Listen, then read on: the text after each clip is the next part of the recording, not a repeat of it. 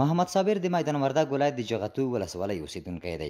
د په کم عمر کې ځیرک او پیچلي سیستمونه اختراع کړي چې شمېر یې تر 50 ورسیږي. نوموړي په دې نږدې ورځو کې یو مصنوعي لاس هم جوړ کړی دی چې د عصبي سیستم سره وصلیږي او د مغز په غوښتنه فعالیت ترسره کوي.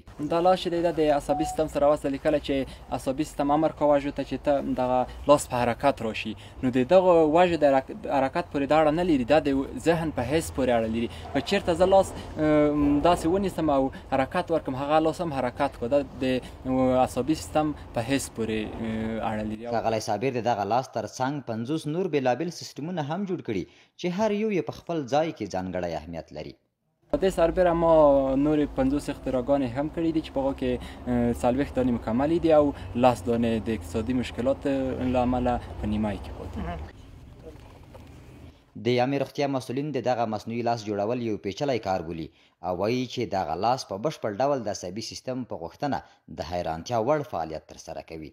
یعنې د میخ نه د سیم نه د استفاده کړې ده او داسې یو ماشین یو آله یې جوړه کړې ده چې د هغې په واسطه باندې د ګوتو ټول حرکتونه منظم سمپاتیک پاراسمپاتیک اعصاب په واسطه کنټرول هر څه منظم ترسره کیږي، آن تر دې چې لاس بندوي او اعصاب اته امر کیږي چې لاس خلاص بسته که د نوی مصنوعي لاس حرکت خلاصونه بسته کار شروع کوي.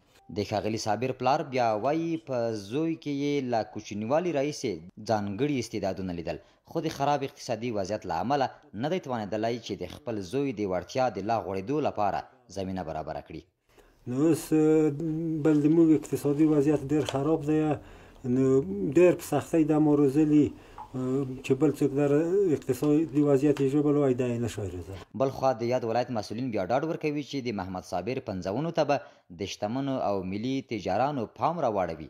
دغه راز د یاد ولایت والي له محمد صابر سره 50,000 نقدي افغانۍ مرسته وکړه. اوس موږ الحمدلله دغسې انجینران او داسې خلق لرو، دا الحمدلله د ملک سرمایه ده او غواړو چې دغسې خلق موږ هغه هر څه داسې کومک یې او ملاتړ یې او موږ د هغو حمایت وکړو.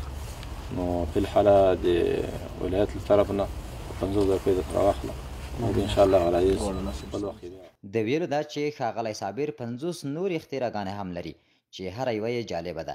د داسې زانګو هم جوړه کړې چې کله ماشوم پکې وژاړي نو زانګو خپله پر حرکت راځي.